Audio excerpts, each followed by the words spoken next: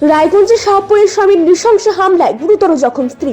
জানা যায়, রায়গঞ্জ ব্লক 2 এর শাহপুর গ্রামের বাসিন্দা নবানু দাসের সাথে প্রেম করে বিয়ে হয় স্থানীয় সুনিতা দাসের। বিয়ে হওয়ার কিছুদিন পর থেকে শারীরিক ও মানসিক নির্যাতন করেন স্বামী। এই অত্যাচার সহ্য না করতে পেরে মেয়ের বাড়ির লোক সুনিতা দাসের স্বামী নবানু দাসের নামে প্রশাসনের দ্বারস্থ হন। তবে সেইবারের মতো কোনোভাবেই রেহাই পান স্বামী নবানু দাস।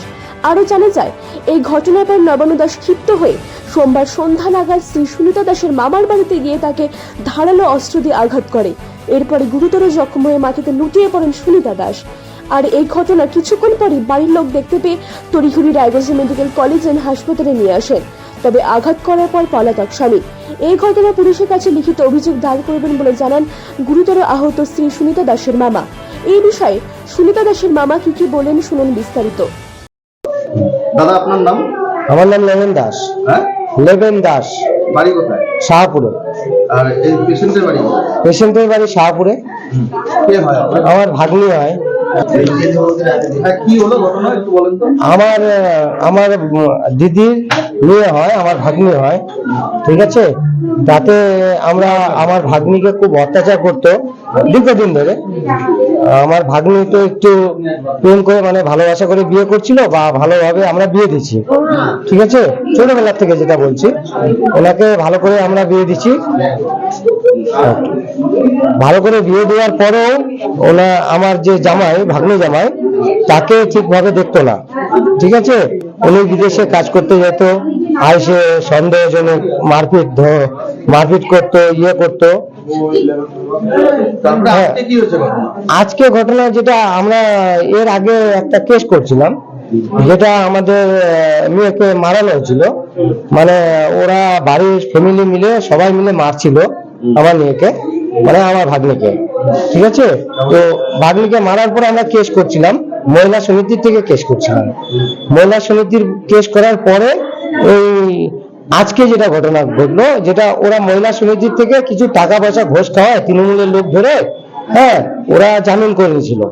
জামিন করার পরে আজকে যে জামাইটা আইসে সোজা মানে কি পেটের মধ্যে একটা চাকু ঢোকায়, দুই হাতে দুইটা মানে কি দু হাতে কাটছে, চাকু দিয়ে মার্ডার করার মানে কি প্ল্যান ছিল ভাগ্নিকে। এটাই জানতে চাচ্ছি, হ্যাঁ, কারণটা কি, কেন করলেন? কারণ এই যে আমরা যে এর আগে যে কেসটা করছিলাম, কেন কেস করছিলাম, আমাদের ভাগ্নিকে মানে দীর্ঘদিন ধরেই অত্যাচার করছে। মানে যতদিন থেকে বিয়ে হয়েছে, ওর বাবা, ওর মা, হ্যাঁ, বা ওর ভাই যেটা আমাদের মানে জামাইয়ের ভাই হয়, তারা সবাই মিলে মারতো তাকে। ঠিক আছে, কতদিন আগে বিয়ে হয়েছে? আমাদের মোটামুটি লগভগ হচ্ছে 10 থেকে 12 বছর হয়ে যাচ্ছে। এতদিন ধরে অত্যাচার হচ্ছিল, না কোনো সমাধান হয়নি। অনেকবার লোকজন ডাকছি, পাড়া প্রতিবেশী ডাকছি, ঠিক আছে, ডাইকেও মীমাংসা করছি, তাও কিছু হয়নি। সালিশিও হয়েছিল। তারপরে ইদানিং কেস করা হয়েছিল মাস 2-3 মাস আগে। হ্যাঁ, পুলিশে কেস করা হলো যে আমাদের মেয়েকে খুব মারধর করছে, বা আমাদের কাছে সব ডকুমেন্টস ছিল যে ডাক্তারের যে মারধর করছিল, তাতে গলা চিপে ধরছিল, অমুক করছিল। এই যে 3-4 মাস আগে। তারপরে থেকে ভাগ্নি আমাদের বাড়িতে ছিল, আর এইখানে এসে তারা সবাই মিলে ওদের ফ্যামিলি সবাই সহযোগিতা নিয়ে এখানে মার্ডার করলো জামাই এসে। আজকে ঘটনাটা আমাদের বাড়ির বাইরে রাস্তাতে।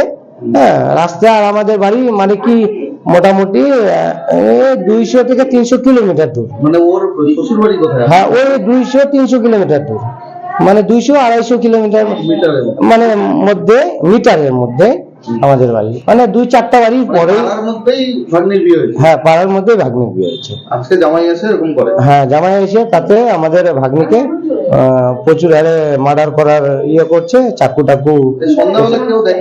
না, সে তো আমরা আজকে বিহারে জায়গা জমির ব্যাপারে আমরা বিহারে গেছিলাম, আমিও গেছিলাম, আমার দিদি গেছিল, বা আমরা অনেকগুলো আমার টাম্বু সবাই গেছিলাম, বিহারে গেছিলাম। তো বিহারের থেকে আইসেই কেসটা শুনতে পাচ্ছি যে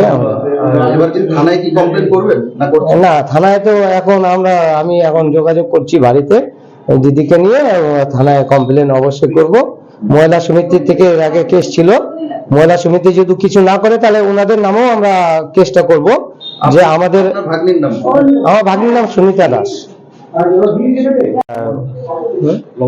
লবানু দাস। জামাই কি করে? জামাই এমনি রং টঙের কাজ করে। ওনার বাবা হচ্ছে গ্যারেজে মানে কি ভাঙ্গাচুরা ঝালাই টালাই করে, সাইকেল টাইকেল মোটর। আমার ভাগ্নি এমনি কয়েকদিন ধরে মানে মাস 2-4 মাস ধরে মানে হাতের কাজ যেটা সেলাইয়ের কাজ সেটা শিখতে যেত। ঠিক। এই বিষয়ে আর কি বলেন সুনিতা দাসের ভাই পবন দাস, শুনুন।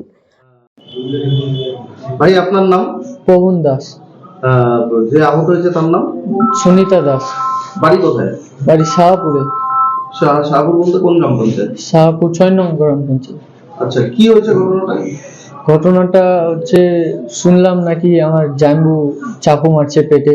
তখন আমি তো ছিলাম না ওখানে, তো পরে শুনে বাড়িতে আসলাম, ততক্ষণে জাম্বু ছিল না, দিদিকে নিয়ে আসতে ছিল এরা, তো দিদিকে নিয়ে আসলাম হাসপাতালে।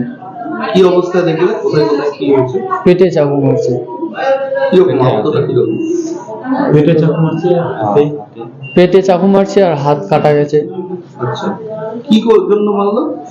ঠিক ওটা তো বলতে পারতেছি না কি জন্য মারছে। না, কি কোনো গন্ডগোল ঝামেলা কিছু ছিল? আগে তো গন্ডগোল ঝামেলা না, মোটামুটি ছোট মোটো ঝামেলা হয়েছিল। তো দিদি আসেছিল মায়ের বাড়িতে, তো এখানে আসে মায়ের বাড়িতে আসে, চাকু মারে দিয়ে চলে গেছে। তারপর চলে গেছে। জামাইবাবু কি করে?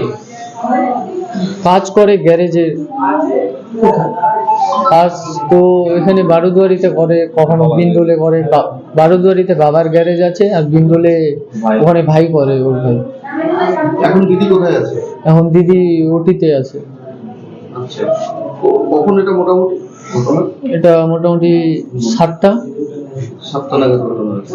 জামাইবাবু কি করে? জামাইবাবু এমনি কাজ করে গ্যারেজে। আচ্ছা, আর দিদি কি করে? কিছু করে? দিদি কিছু তো করে না, মানে পার্লার শিখছে, তারপর ওটাই করতো, এখন কোনো কিছু করে না। আচ্ছা, দিদির এমনি বয়স কত? কত হবে, 23-24। দিদির ছেলে মেয়ে আছে? হ্যাঁ, 2টা ছেলে আছে। গন্ডগোল কি নিয়ে তোমরা জানো? আরেকটু কথা বলতে যাচ্ছি। গন্ডগোল কি নিয়ে জানো কিছু? গন্ডগোলের ব্যাপারটা না, আপনাকে রায়গঞ্জ থেকে প্রণব কুমার দেবনাথের রিপোর্ট, আর বঙ্গ সংবাদ।